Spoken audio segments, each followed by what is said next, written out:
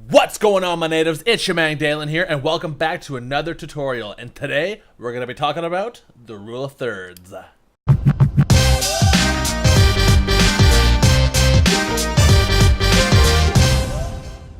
Alright, so I'm going to show you the first minute of the trailer for the Netflix original Bright, starring Will Smith and, like, Shrek. I'm going to roll it with the rule of thirds applied to the video so you can see it as clearly in a red grid. And the three things I want you to pay attention to is the two intersections on the top line and the middle square. This is very basic framing. If you know this stuff from camera, cinematography, and photography, then great. If not, then this is a good way to learn. The middle part of the video is very powerful as to what you want the focus, the viewer, to look at, what's most important. That comes from like painting, I think, like way back in the day. It was like Renaissance painting or something like that. But the other two thirds on the top, left and right, are very good for conversations and placing your character's eyes in either of those intersections. And once you see this, you'll never unsee it. You'll see it in like every famous TV show and movie and everything ever. It's very simple and easy to do, and it's very good at pointing your viewer's eye to wherever you want it to go on the screen using those intersecting lines. Now, there's lots of ways to break this rule. It's not like a set in stone rule or anything like that, but it definitely works, and I'm going to show you exactly what I'm talking about now. So I'm just going to roll this. It's just over a minute long. I'll let it play, and I want you to pay attention to the middle, the two intersecting lines, and watch their eyes and their heads, especially to the main characters, and see where they're placed in conjunction to either intersection or that middle square. Here you go.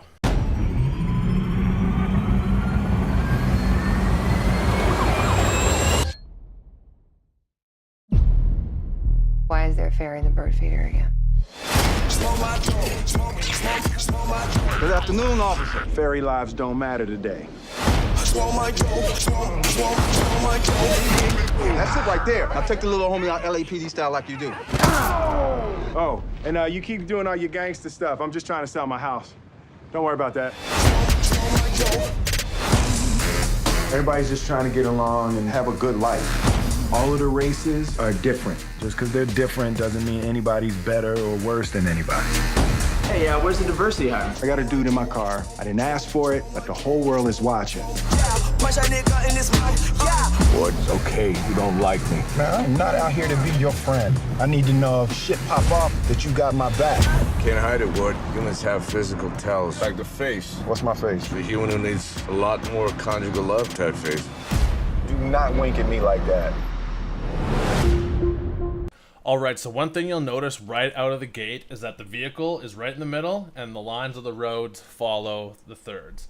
And as it goes, there's a lot of cuts, but the eyeballs in the middle, they kiss right in the middle. And you notice right here, where he's talking to his wife, both their faces fall into those third lines, and Will Smith's eyes are pretty close to that intersection there. It's not always perfect, like intersecting their eyes, but if it's close enough, it works. And in this frame here, you'll notice that the fairy is up in the top left intersection, while Will Smith walks out of the house in the bottom right. See, their faces are sort of in the middle here. And when the fairy comes down to attack him, the last frame of the fairy's face is right in the middle before they cut. And also the left eye is pretty close to the top left again as well. And you'll notice, boom, right there, Netflix, perfectly aligned in that center square.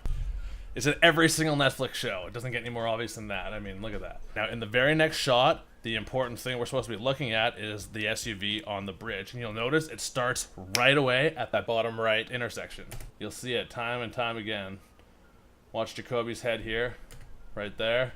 And watch as he turns his head up, his eyes go right into the quadrant. Right in the middle, top right. Now, this one's pretty interesting too. The SUV in this shot here, the top right quadrant would actually be where the driver is. So the framing is to having us looking up in that direction because we're low. We can up, like at the driver. We can hear them talking. We can't see them, but that's where our eyes are drawn to. Time and time again.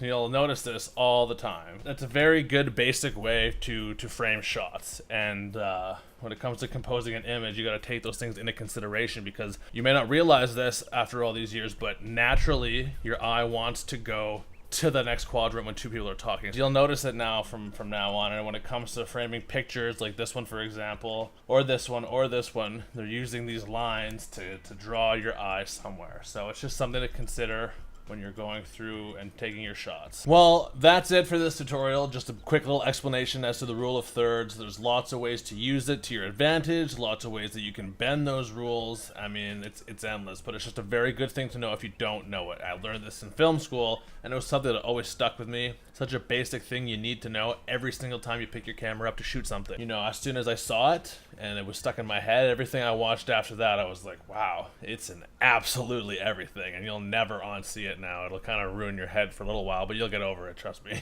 Yeah, so it was definitely a useful technique that I've been using forever now. And if you don't know, which a lot of you cinematographers and photographers probably would know already, there is always a grid setting, almost always a grid setting in your camera, whether it's a DSLR, mirrorless, even the iPhone and Android. Just dig into your settings, you'll see it's either just called grid or rule of thirds or something like that, and you can turn that on. It'll help you frame your photos a lot better. So, and also to elaborate more on this topic, I'm gonna have a video linked up here. Once it's done, it's not done yet, about matching cuts, matching edits to movement, whether it's camera movement or body movement, etc. This rule of thirds is really gonna help you in that video. So if you watch this one first, then great. And if you're coming here from that video, then perfect. Either way, I just wanted to say thank you all for watching. Throw me a thumbs up if you like this video. Tweet me some suggestions at Dalen Gerard. Subscribe for a fantastic time. And I will talk to y'all in the next one. Have a good one. Peace.